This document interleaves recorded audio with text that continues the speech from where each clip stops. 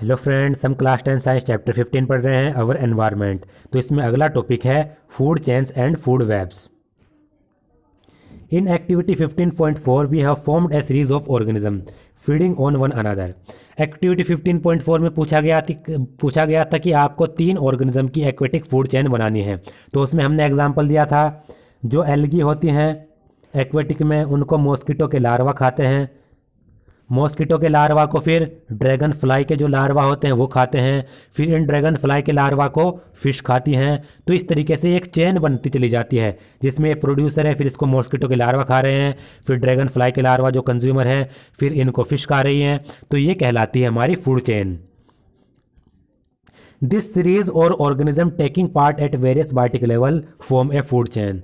तो ये जो प्रोसेस चल रहा है जिसमें ये सीरीज बन रही है ऑर्गेनिज्म की, तो ये कहलाती है फूड चेन। जैसे कि हमने अभी देखा, एल्गी को मॉस्किटो के लार्वा ने खाया, मॉस्किटो के लार्वा को ड्रैगन फ्लाई के लार्वा ने, ड्रैगन फ्लाई के लार्वा को स्मॉल फिश ने खाया, स्मॉल फिश को बड़ी फिश ने खाया। तो ये एक चेन बनती चली जाती है फूड की, इसे हम कहते हैं फूड चेन। जैसा कि ये फिगर 15.1 में दिखाई भी गई है। ये फूड चेन फॉरेस्ट में दी गई है। फूड चेन में ये प्लांट्स हैं, इनको हिरण खाएगा, डियर खाएंगे, डियर को फिर जो ये टाइगर है ये खाएगा। तो ये एक प्रकार से चेन बन गई।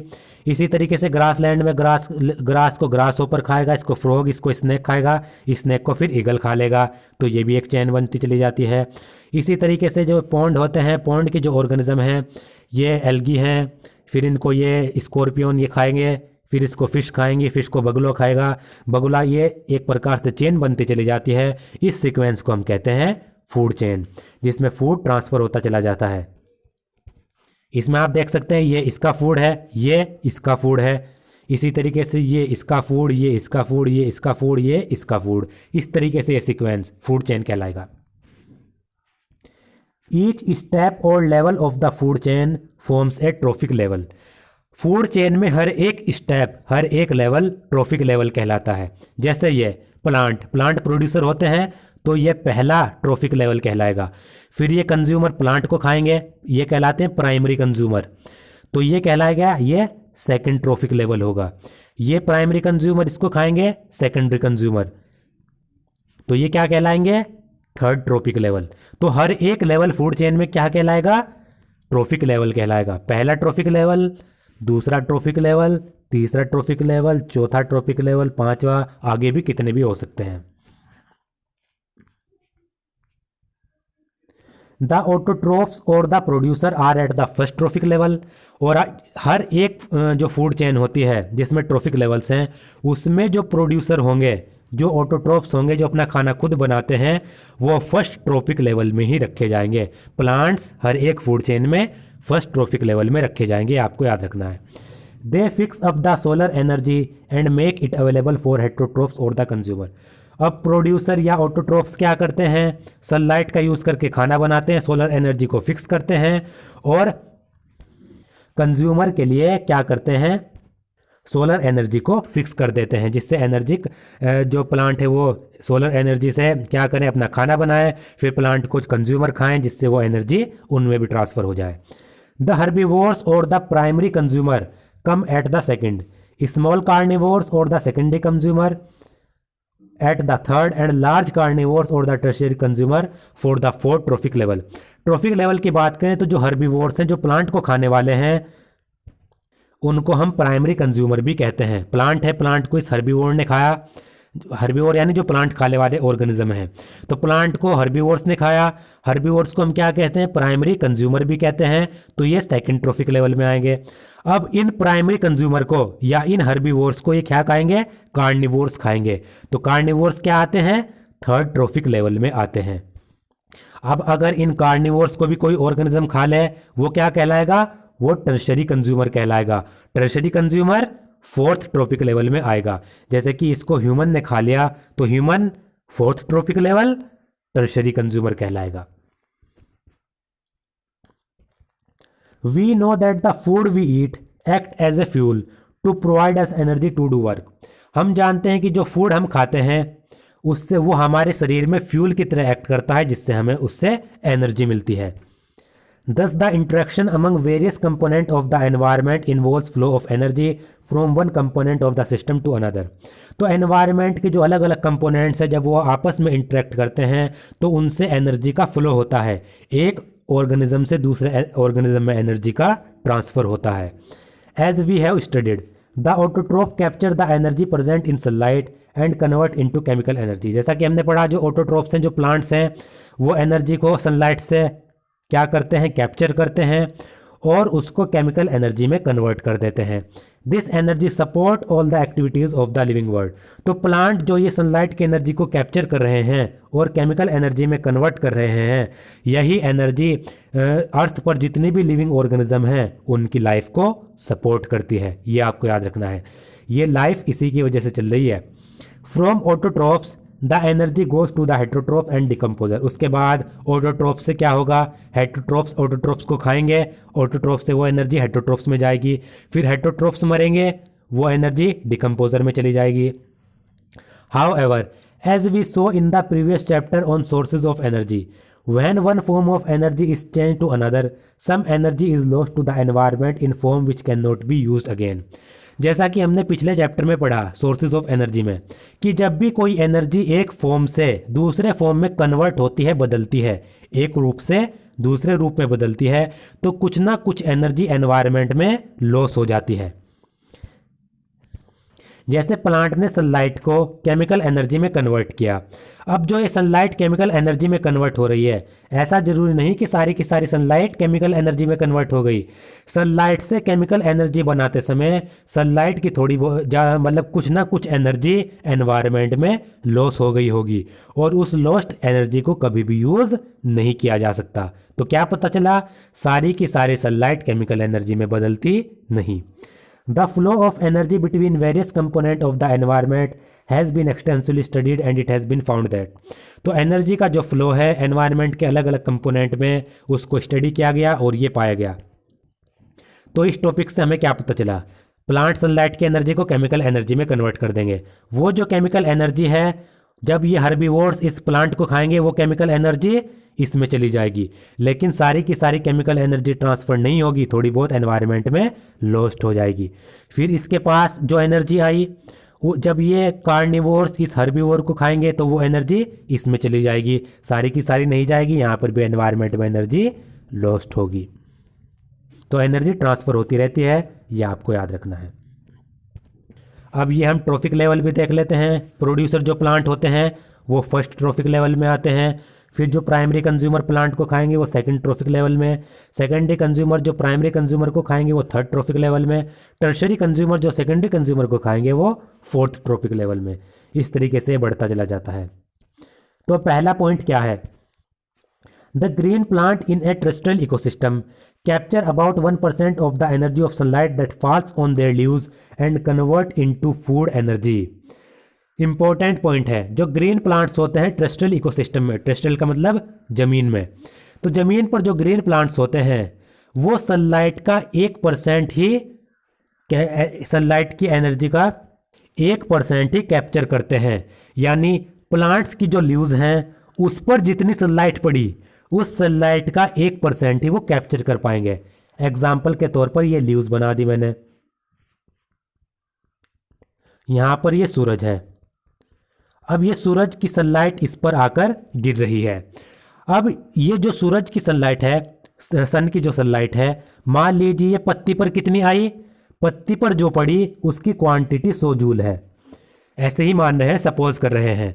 सनलाइट जो पत्ती पर पड़ रही है, पत्ती के सरफेस पर आकर पड़ रही है, वो 100 जूल है उसकी मात्रा. अब पत्ती क्या करेगी, 100 जूल में से सिर्फ 1% ही इस सनलाइट का कैप्चर कर पाएगी. सनलाइट 100 जूल इस पत्ती के सरफेस पर आकर पड़ी, तो इस पत्ती क्या करेगी, इस 100 जूल का 1% ही कैप्चर कर पाएगी. क्लोरोफिल क्या करेगा, इस 100 जूल का 1% ही कैप्चर कर पाएगा और उस 1% को ही 1% से ही वो अपना खाना बनाएगा. तो 100 जूल का 1% यानी 1 जूल. तो ये आपको याद रखना है. लीव्स की सरफेस पर जितनी सनलाइट पड़ती है तो लीव्स उस सनलाइट का 1% ही कैप्चर कर पाता है, बाकी एनवायरनमेंट में लॉस्ट हो जाती है और उस 1% से ही वो फूड एनर्जी में उसको कन्वर्ट कर देता है। दूसरा point, when green plant are eaten by primary consumer a great deal of energy is lost as heat to the environment. Some amount goes into digestion and in doing work and the rest goes towards growth and reproduction. अब इसमें आगे बात करते हैं, जब green plant को primary consumer खाते हैं, मान लीजिए प्लांट को हिरण ने खा लिया, तो प्लांट में जो एनर्जी थी उसमें से बहुत ज़्यादा एनर्जी एनवायरनमेंट में लॉस हो जाती है। प्लांट में जितनी एनर्जी थी वो सारी की सारी एनर्जी हिरण में नहीं जाएगी, बल्कि क्या होगा, प्लांट की एनर्जी का बहुत ज़्यादा भाग, बहुत ज़्यादा पार्ट एनवायरनमेंट में लॉस हो जाता है, कुछ ही एनर्जी हिरण के अंदर पहुंचती है। और वही एनर्जी जो कुछ अमाउंट में एनर्जी हिरण के अंदर पहुंची, उसमें से हिरण क्या करेगा, कुछ एनर्जी का इस्तेमाल तो डाइजेशन करने के लिए कर लेगा, अपना जो खाना है उसको पचाने के लिए कर लेगा, कुछ एनर्जी का इस्तेमाल वर्क करने के लिए कर देगा, और जो बची हुई एनर्जी होती है उसको अपनी ग्रोथ और रिप्रोडक्शन में लगा लेगा। An average of 10% of the food eaten is turned into its own body and made available for the next level of consumer। अगर हम एवरेज देखें तो जो कोई भी ऑर्गेनिज्म होता है उसमें से सिर्फ 10% एनर्जी ही दूसरे ऑर्गेनिज्म में पहुंचती है, नेक्स्ट लेवल के लिए बचती है, तो ये कहलाता है 10% लो। तो 10% लो क्या है कि एनर्जी जब भी एक ट्रॉफिक लेवल से दूसरे ट्रॉफिक लेवल में ट्रांसफर होगी, प्रोड्यूसर से कंज्यूमर में मान लीजिए ट्रांसफर होगी, तो वो एनर्जी सिर्फ 10% ही ट्रांसफर होगी। अब एग्जाम्पल इसका देख लेते हैं। मान लीजिए प्रोड्यूसर ने जो सनलाइट से जो एनर्जी बनाई वो कितनी बनाई, वो 1000 जूल बनाई। अब जो ये प्रोड्यूसर है इसको प्राइमरी कंज्यूमर खाएंगे, तो प्राइमरी कंज्यूमर के पास कितनी एनर्जी पहुंचेगी, क्योंकि प्रोड्यूसर क्या करेगा, अपनी ग्रोथ में भी एनर्जी यूज़ करेगा, अपने रिप्रोडक्शन के लिए भी एनर्जी यूज़ करेगा, और साथ ही साथ कुछ एनर्जी प्रोड्यूसर से प्राइमरी कंज्यूमर में जाते समय क्या होगी, एनवायरनमेंट में लॉस भी होगी। तो इसमें सवाल उठता है, प्राइमरी कंज्यूमर के पास प्रोड्यूसर की एनर्जी पहुंचेगी तो पहुंचेगी कितनी, तो इसका जवाब देता है 10% लो। इसका मतलब है प्रोड्यूसर से जो प्राइमरी कंज्यूमर में एनर्जी ट्रांसफर होगी वो 10% होगी। मान लीजिए प्रोड्यूसर के पास 1000 जूल है, तो 1000 का 10% कितना होगा, निकाल लेते हैं। 10% ऑफ 1000 यानी 10/100 इंटू 1000, तो 100 से 100 गया, तो 10 इंटू 10 कितना हो जाएगा, 100 जूल। तो क्या पता चला, प्रोड्यूसर से जो प्राइमरी कंज्यूमर में एनर्जी ट्रांसफर हुई वो 100 जूल हुई, बाकी कुछ एनवायरनमेंट में लॉस हो गई, कुछ प्रोड्यूसर ने यूज़ कर ली।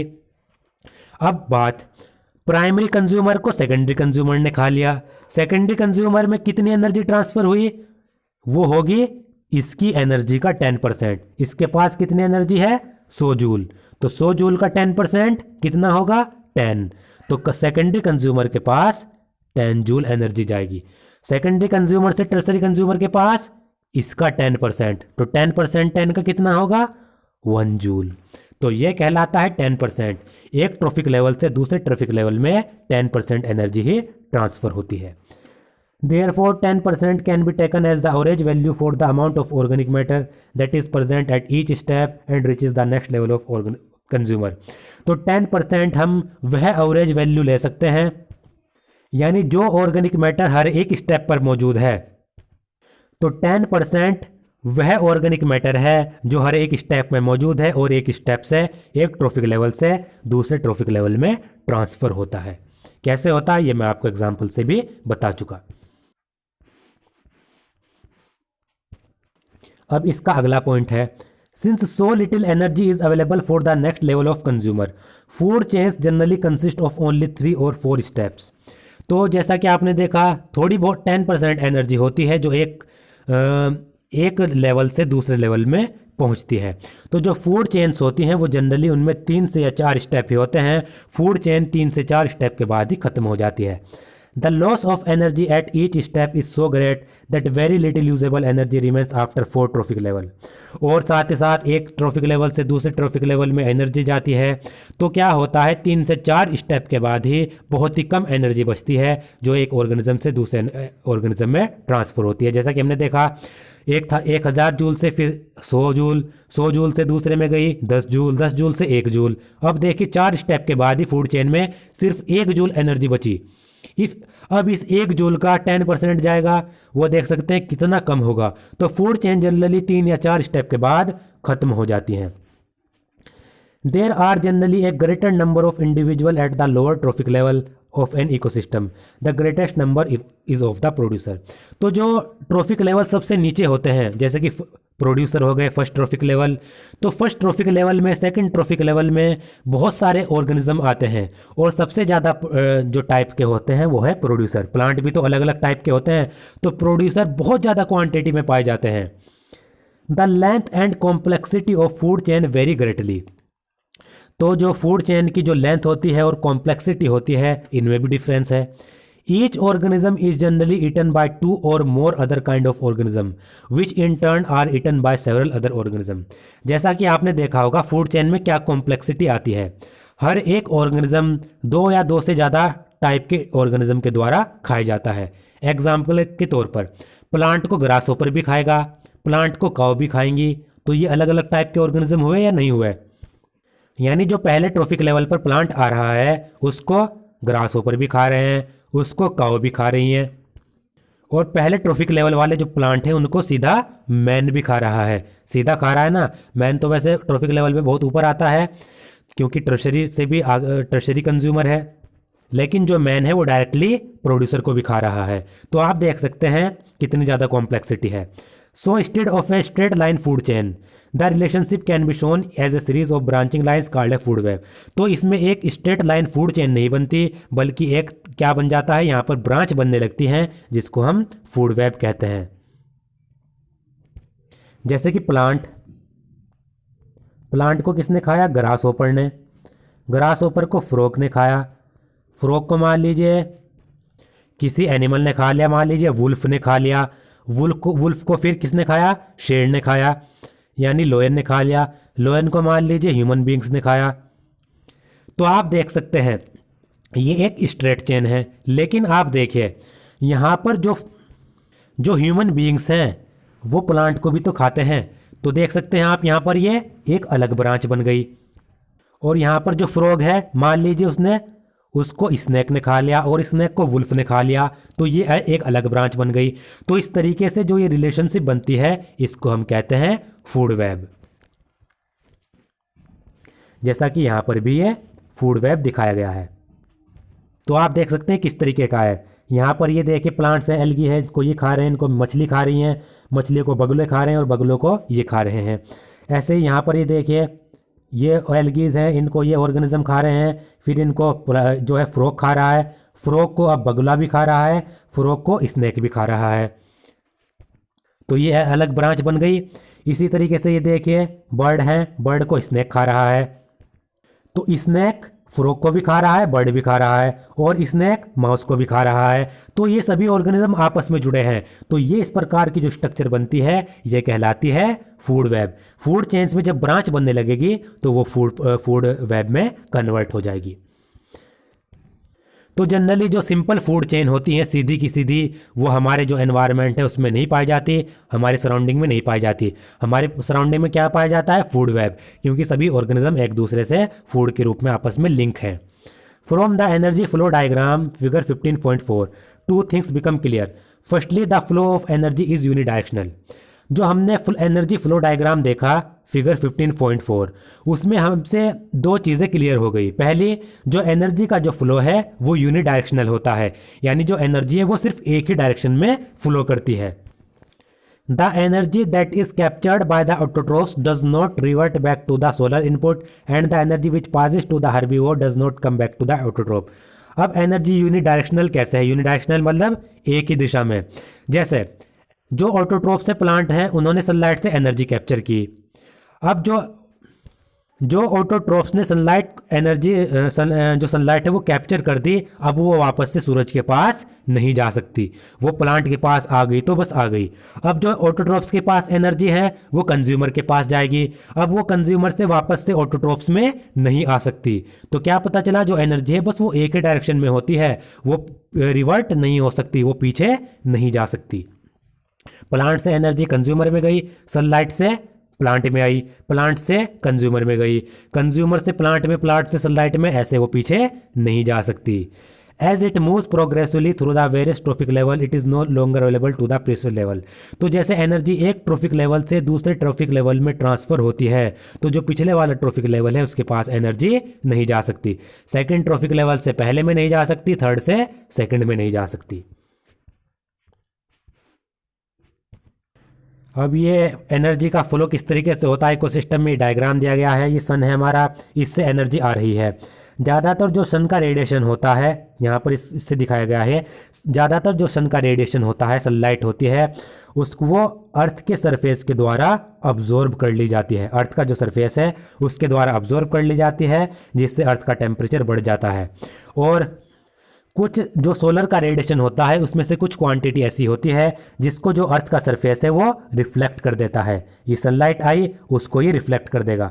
ज़्यादातर तो वो क्या कर लेगा, अब्जॉर्ब कर लेगा, कुछ सोलर रेडिएशन को क्या करेगा, वो रिफ्लेक्ट कर देगा, टकरा के वो वापस चली जाएगी। और यहाँ पर इंफ्रारेड रेडिएशन के बारे में बताया गया है कि कुछ इंफ्रारेड रेडिएशन जो होता है सन में, वो एटमॉस्फेयर से पास कर जाता है और कुछ एटमॉस्फेयर में अब्जॉर्ब हो जाता है। कुछ को तो क्या करेगा, जो एटमॉस्फेयर है वो अब्जॉर्ब कर लेगा, कुछ वो एटमॉस्फेयर से पास हो जाता है। और जो इंफ्रारेड रेडिएशन अर्थ के एटमॉस्फेयर ने अब्जॉर्ब किया, वो सभी डायरेक्शन में री एमिट कर दिया जाता है। यानी कुछ जो अब्जॉर्ब किया वो कुछ इस डायरेक्शन में री एमिट कर दिया जाएगा, कुछ इस डायरेक्शन में, और कुछ इस डायरेक्शन में दोबारा से एमिट कर दिया जाएगा। और इसको एमिट करने का काम करती हैं ग्रीन हाउस गैसेज, जैसे कि मीथेन हो गई, कार्बन डाइऑक्साइड हो गई। अब ये जो अब्जॉर्ब हुआ उसको री एमिट क्यों करती हैं, जिससे कि अर्थ का जो सरफेस है वो वार्म हो जाए और अर्थ का जो एटमॉस्फेयर है वो लोअर हो जाए। और जो इंफ्रारेड रेडिएशन है वो देख सकते हैं आप, अर्थ की जो सरफेस है वो अलग अलग डायरेक्शन में री एमिट कर रही हैं। तो इस तरीके से जो सनलाइट की एनर्जी है उसका क्या होता है, उसका फ्लो होता है। कुछ अब्जॉर्ब हो जाती हैं अर्थ के एटमॉस्फेयर में, कुछ वापस से रिफ्लेक्ट कर दी जाती हैं, कुछ अलग अलग डायरेक्शन में री एमिट कर दी जाती हैं। Another interesting aspect of food chain is how unknowingly some harmful chemical enter our bodies through the food chain. अब फूड चेन का एक और इसमें फैक्टर है, वो क्या है कि हमारे जाने बिना ही कुछ ऐसे हार्मफुल केमिकल्स होते हैं जो फूड चेन से हमारी बॉडी में एंटर कर जाते हैं। You have read in class 9th how water gets polluted. आपने क्लास 9th में पढ़ा था कि वाटर किस तरीके से पोल्यूटेड होता है। One of the reason is the use of several pesticide and other chemical to protect our crop from diseases and pest. तो वाटर के पोल्यूटेड होने का सबसे मेन कारण क्या है कि जो क्रॉप को बचाने के लिए हम क्या करते हैं, कुछ पेस्टिसाइड और हार्मफुल केमिकल यूज़ करते हैं, जिससे क्या होता है, वाटर भी पोल्यूटेड हो जाता है। कैसे? These chemical are either washed down into the soil or into the water bodies. तो प्लांट के ऊपर, क्रॉप के ऊपर जो ये दवाइयों का छिड़काव किया जा रहा है, ये जो दवाएं होती हैं ये हमारी सोइल में चली जाती हैं या हमारी जो वाटर बॉडीज़ हैं उनमें चली जाती हैं, बह जाती हैं, जिससे हमारी वाटर बॉडीज़ दूषित हो जाती है। From the soil these are absorbed by the plant along with water and mineral and from the water bodies these are taken up by aquatic plant and animals. अब जो हार्मफुल केमिकल सोइल के अंदर चले गए, उन harmful chemicals को जो plants हैं वो वाटर और मिनरल के द्वारा दोबारा से अब्जॉर्ब कर लेते हैं।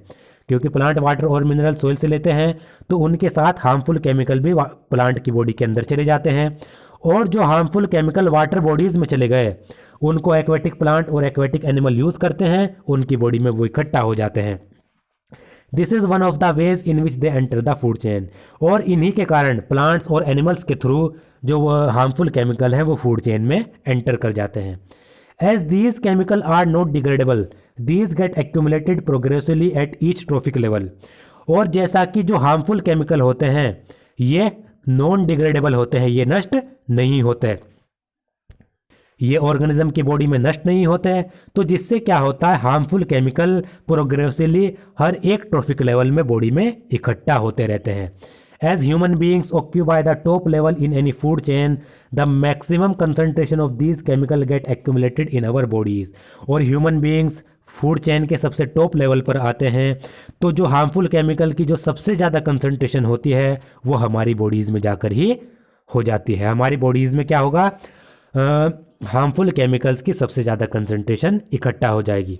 This phenomena is known as biological magnification.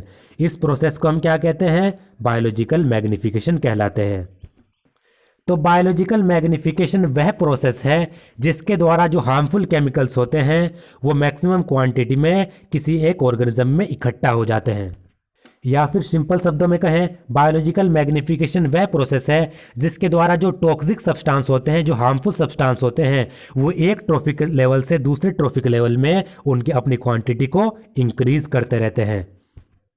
जैसे प्लांट्स हैं, प्लांट्स ने क्या किया, वाटर से सॉइल के थ्रू क्या हुआ, इसमें प्लांट्स में हार्मफुल केमिकल आ गए। अब ये हार्मफुल केमिकल जब फ्रॉग इनको खाएगा या ग्रास होपर इनको खाएंगे, जो ग्रास होपर है वो प्लांट को खाएंगे, तो ये हार्मफुल केमिकल ग्रास होपर में चले जाएंगे और ग्रास होपर में इनकी क्वांटिटी बढ़ जाएगी। ग्रास होपर को फिर फ्रॉग खाएंगे, फ्रॉग में ये हार्मफुल केमिकल चले जाएंगे, इनकी क्वांटिटी इंक्रीज होती चली जाएगी।